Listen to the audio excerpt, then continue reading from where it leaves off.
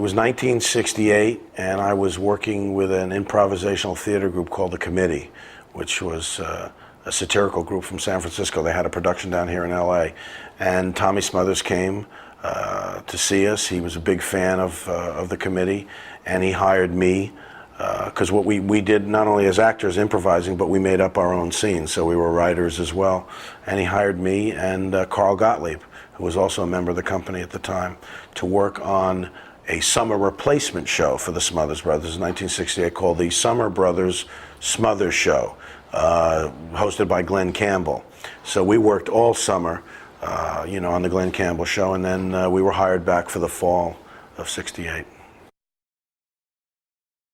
Well, it was pretty wild. I mean, we're talking about, 1968. Everybody was high, and smoking dope and doing stuff like that. And we were all, up to 3 or 4 o'clock in the morning, working. I mean, we all worked around the clock. I mean, there was always, Tommy was, really on the cutting edge of television. I mean, he was doing the most interesting things on television at the time. It was always very socially oriented and very politically biting, and we ran afoul of the censors more than once. I mean, a lot of times, and sketches would get thrown out, at the last minute. So we'd be up always late at night trying to come up with something to shoot the next day.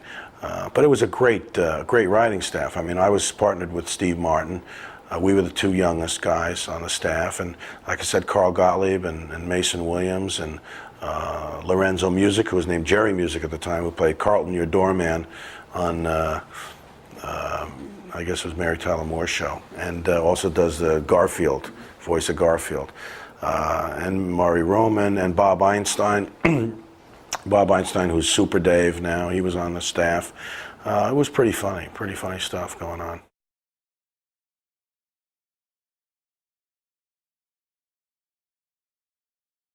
Mainly because of Tommy. He assembled a great bunch of talent, and he also gave us the opportunity to do really good work. I mean, it was the best variety show on television at the time, and the best people gravitated towards it, wanted to work on it, and we were given a lot of freedom to write what we wanted to write.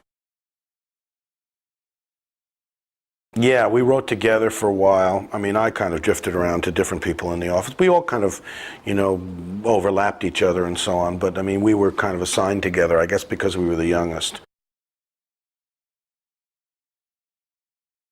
I had one great memory, which was Steve and I, we wrote this sketch, which was a satire of like a Hollywood premiere. We wrote all the characters. We had Army Archerd interviewing all the people coming in, and all the movie stars. And I think the movie was Renegade Nuns on Wheels or some damn thing like that. And we wrote the whole thing. And when we finished it, I remember we just had finished it, and it was one of those weeks where a sketch did get thrown out. It was like, it was late at night, and the censors 86 the sketch, and they said, "Oh boy, we got to find something for tomorrow. Does anybody have anything?" And Steve and I had just finished writing this thing. We said, "We got something, listen." Well, and what we used to do is we used to act it out, the way we did it to test it with all the other writers sitting around. Alan Bly and Mason Williams were the head writers. We acted out the whole thing. We played all the parts, the two of us. Huge laughs. I mean, people were screaming. They were loving this thing. And at the end, Alan went, I don't know. I just don't think so. No. Thanks anyway. Okay, so we didn't get it in. Now a couple of weeks goes by, another sketch gets thrown out, and we said, well, we got to have some. Alan Bly says, wait a minute. There's that Hollywood premiere thing. That thing you guys wrote. Come on, let's hear that. That was pretty funny. Let's hear that. Steve and I carted out. We act the whole thing out. Big laughs. No, I don't think so. It's not quite. We did this like 3 or 4 times. I mean, Alan just wanted to hear us perform this bit. He had no intention of ever putting in the show. He just liked to see us, acting. So I remember that. I also remember Steve and I wrote the first fart joke ever on network television. We wrote a bit for Pat Paulson.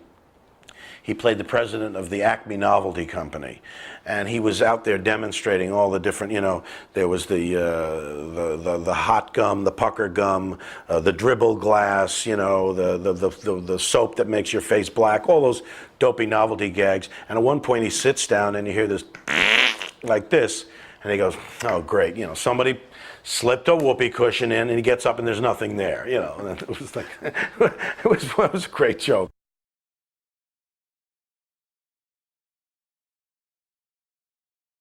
I was a maniac. I mean, I was the wildest kind of radical lefty that you could possibly imagine, and Tommy, I feel badly because I used to always, rib Tommy, and I always used to get angry and scream and because I was always saying, you're selling out, you're not doing, and now I realize because I know what goes on to making it, what goes into making a television show and how difficult it is, and the pressures you get from censors and so on.